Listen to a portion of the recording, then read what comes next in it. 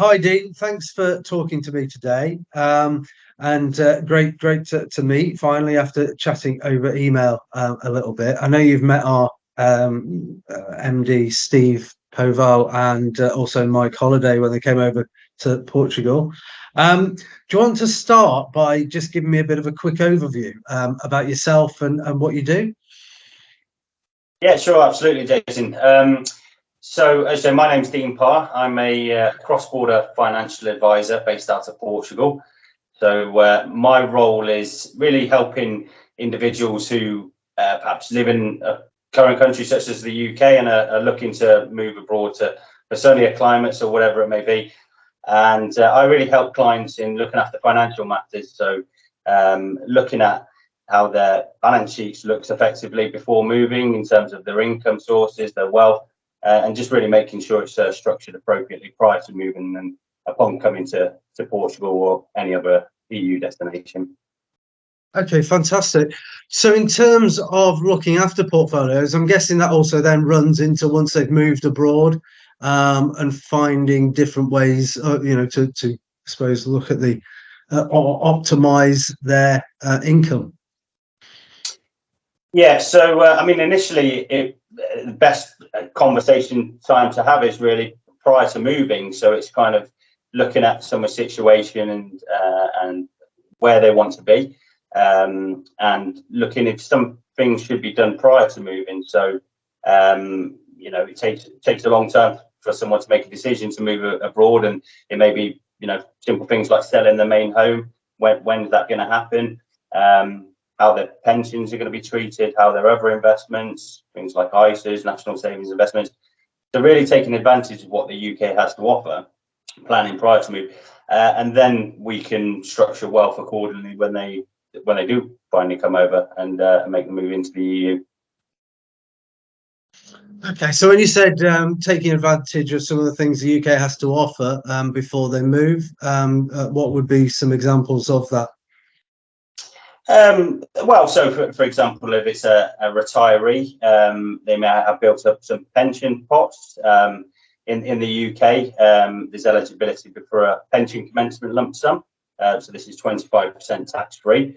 In a lot of EU jurisdictions, they don't recognise this. So, that could be a simple mistake not to take that and then to move abroad and then realise that would actually be taxable abroad, thinking the same rules apply as they do in the UK abroad. Also, things like looking at the ISAs. ISAs are UK specific. They're a tax wrapper for UK residents. And someone, an individual may have built up a considerable amount in ISAs and then move abroad and need to access those ISAs to fund their lifestyle and realise they're going to pay capital gains tax or income tax on those ISAs. So perhaps looking at those, whether it's best to, realise any gains before moving out. And then there's other structures, as I mentioned, national savings investments and tax savings certificates, premium bonds. These are not tax efficient in the EU, whereas they are in the UK. Should we talk a little bit more in detail about capital gains tax? Yeah, I mean, capital gains tax is payable and realising any gain. That could be a property gain or an investment gain. So in the UK, as most people will know, there's the main resident isn't subject to capital gains tax because it's principal private residence relief in the UK. Whereas in Europe, there's not really such an exemption, really. I mean, not everything's taxable. There are rules where you can roll over gains of a property into another property, but they don't have that in Europe. So there's things like principal private residence relief in the UK where there's no tax on main home. If it's a second property, so it's an investment property, then there would potentially be capital gains tax on selling property.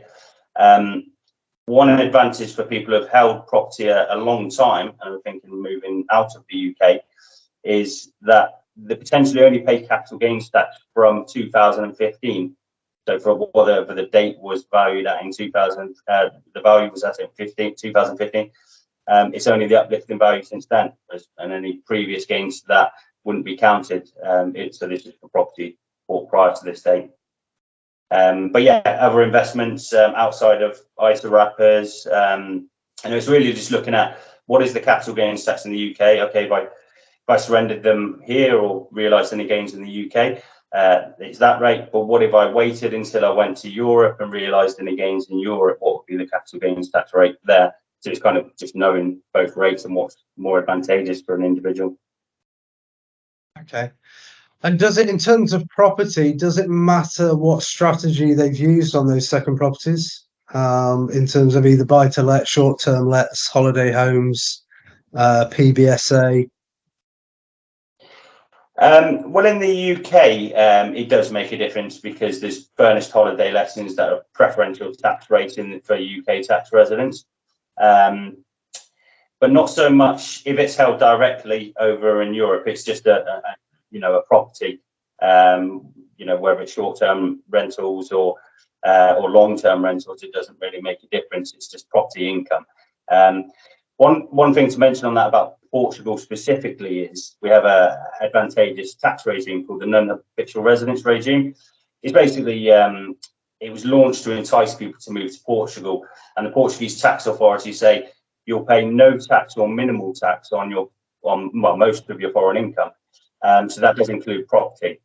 So although you'll report property income in Portugal, you'd have no tax to pay in Portugal. That would still be reported in the UK and you pay UK tax.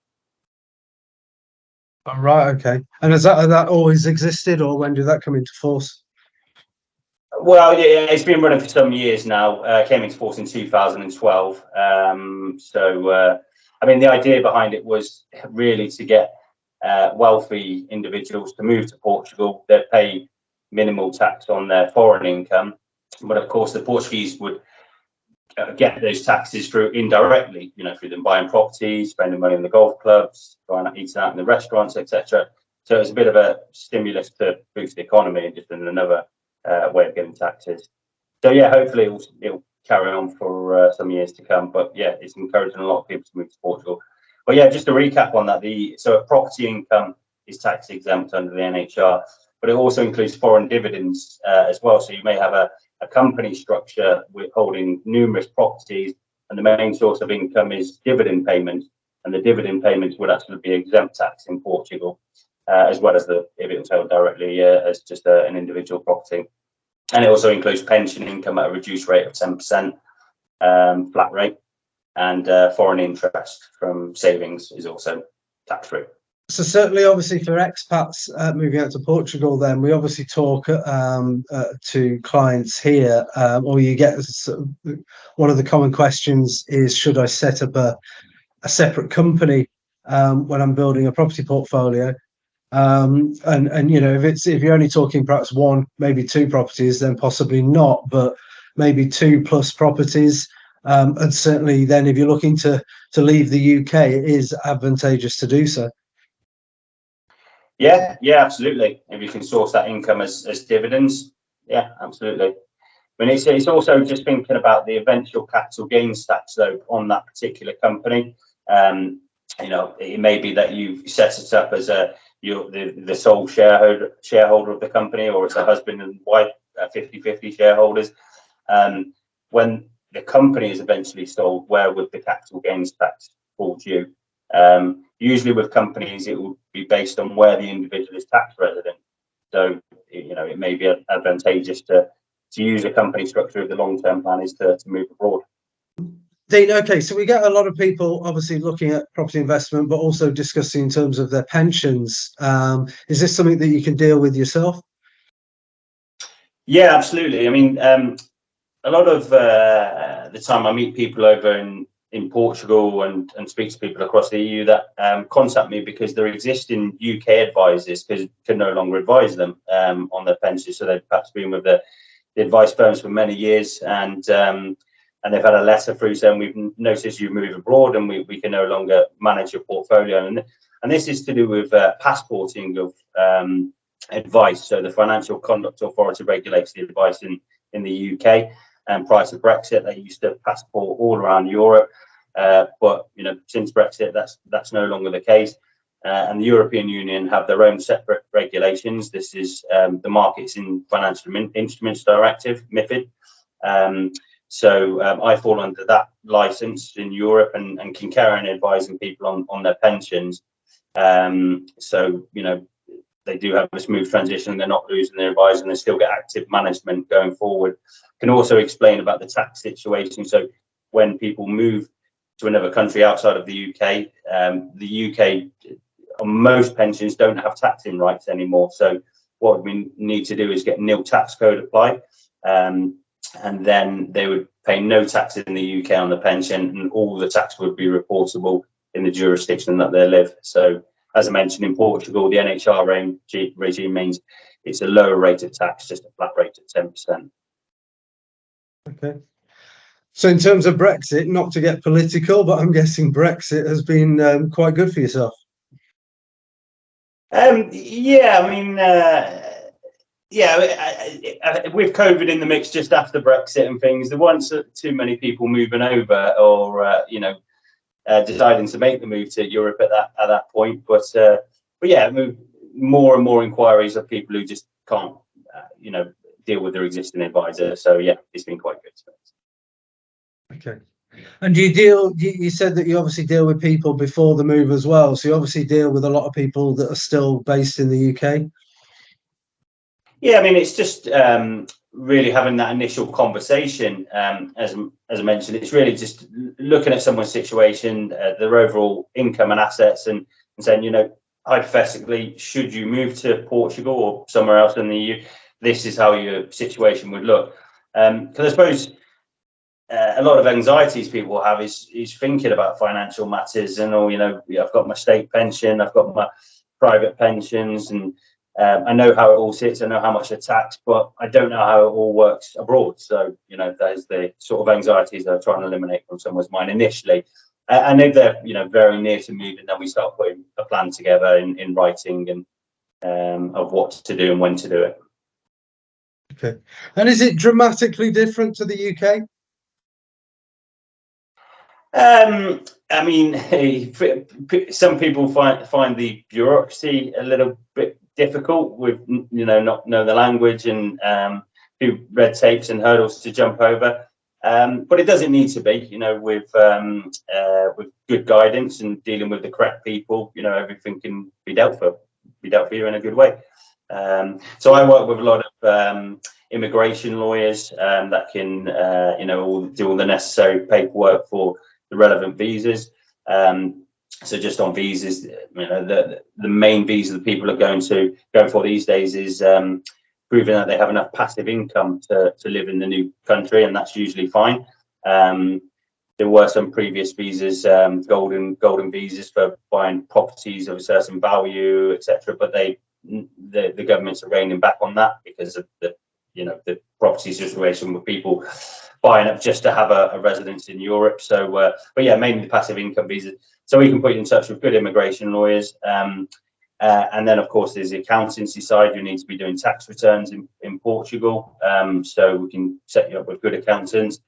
And yeah, it doesn't need to be a big problem. If, you know, someone wants to do it, it is possible. But I've been in Portugal 8 years. So yeah, I know good people to work with. But yeah.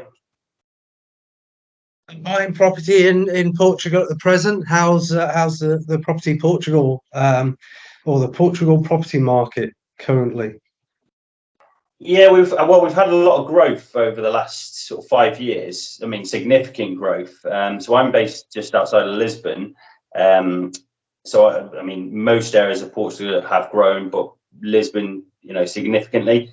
However, it's still not one of the, you know, most expensive major cities in Europe. You know, we're looking at other cities in Switzerland or you know, in Spain or in France. It's still down there, and it's still deals to be had. But yeah, it's getting more and more popular, so prices, of course, are going up. Good place for investment. Yeah, I think so. Yeah, absolutely. It's more and more demand all the time. So as I say, there's the tax benefits. But apart from that, you know, Portugal's got a great culture and really nice people. Of course, it's sunny most of the time. Beautiful beaches. So yeah, people are going to still keep coming, and property is going to go up. So yeah, definitely good investment. And is that the same? I mean, we've dealt as a company with a couple of short-term and holiday lets in Portugal. I'm guessing from I guess obviously just talking to you from the tax element point of view, certainly doing a short-term or straight holiday let in Portugal, there's some added benefit to that as opposed to the UK.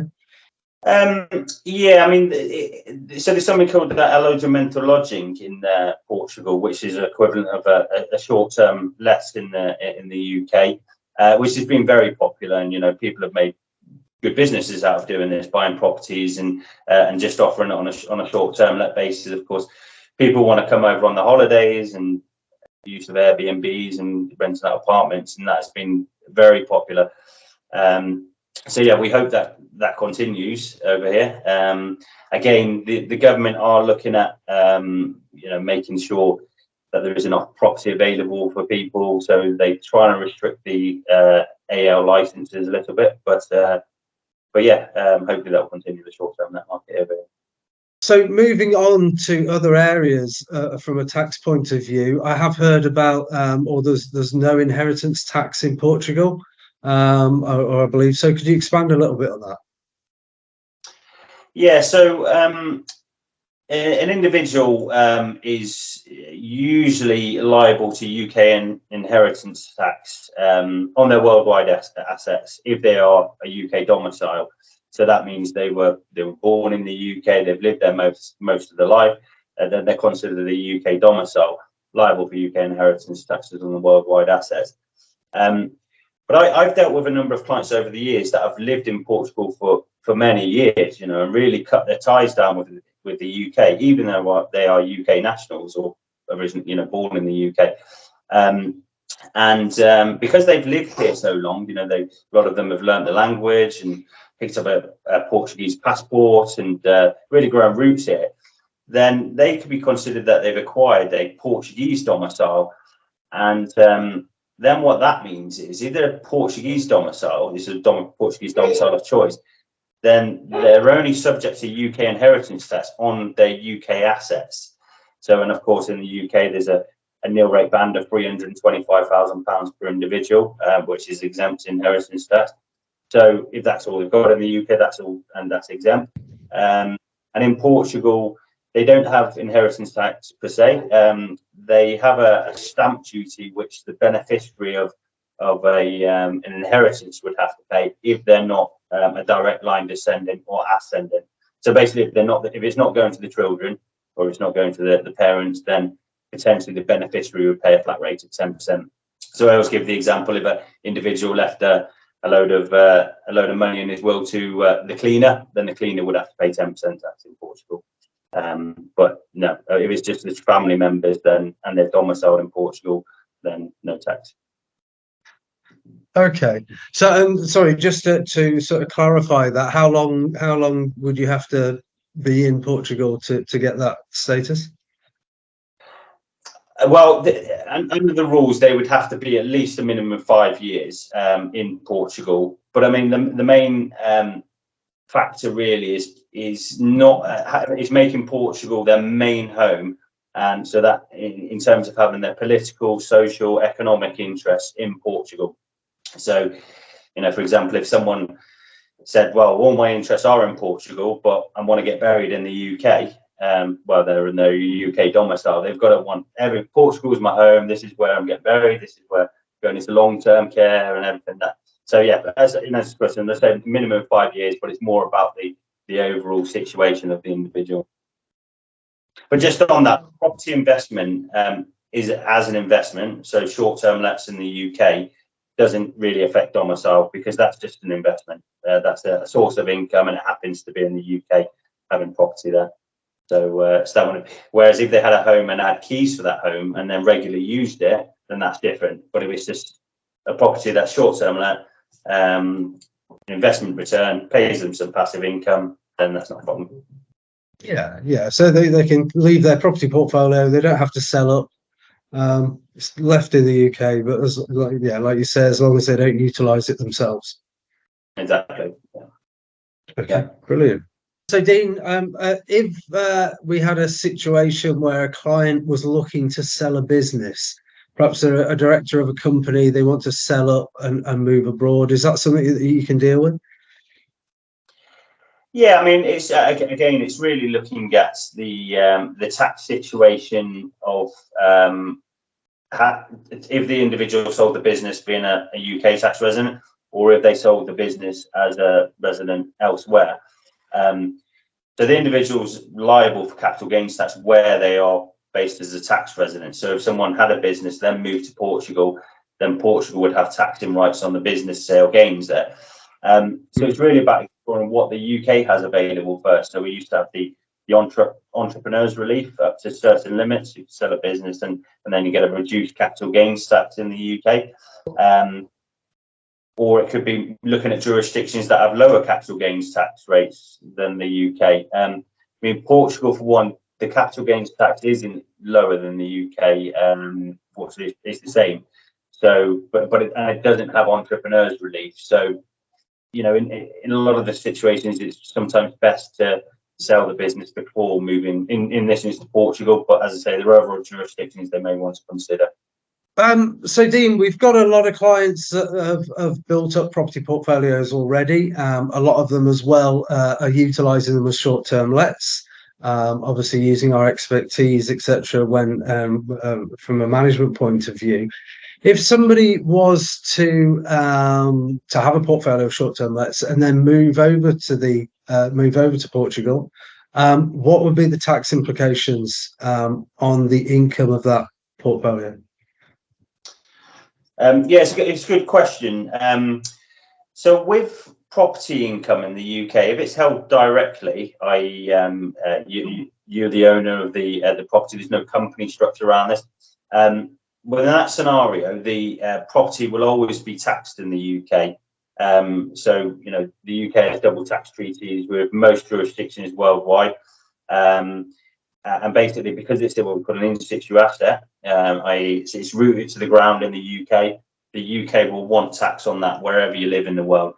One thing to note on that, though, is if someone moves out of the UK but still has taxable income in the UK, then they're entitled to a UK personal allowance. So this is the 0% bracket where everyone's entitled to. And ordinarily, that particular individual may, you know, that personal allowance may be wiped out pretty fast by other income. You know, it might be employment income or pension income, but then that's all taxable in the new jurisdiction. So it's only the property income that is subject to tax. If it's below the personal allowance, there's no tax. It's also for couples. You know, there's double the personal allowance, one personal allowance each. So just going above 25,000, that's not taxable. So yeah, it's always reported in the UK. In terms of Portugal, still report it, but there's no tax to pay if the individual has the non-habitual regime. So you still report it for zero tax. In terms of a company structure, as I mentioned, I mean, it most likely be taking dividends from the company, and so they would be taxable where the individual is tax resident, whereas the corporation tax would be payable in the UK if it's a UK company. The dividend tax would be liable to the individual personally, where the individual is resident. As I mentioned, in Portugal, under the NHR, there's no tax on foreign dividends, so, you know, particularly attractive to come over here. Dean, thank you very much for that. That's been really informative. I hope it's of help to our clients out there watching the videos. If anybody is thinking about potentially moving abroad over to Portugal and wanted some financial and tax information, how can they get hold of you? Yeah, so you can go on to our website. It's www.dapfinancialservices.com. Or you can reach us directly at inquiries@dapfinancialservices.com. Okay, fantastic. We'll also be putting a inquiry form directly on our Dean Parr page on the Residential Estates website. The link to that will be below in the description for the video. So if you'd like to get hold of Dean, obviously visit his website or feel free to visit the Residential Estates page, and we can direct any inquiries over to Dean to answer. And I'm sure you'd be more than happy with that. Yeah, absolutely. Absolutely. Thank Brilliant. you, Jason. Thank you very much for your time today, Dean. Thank you.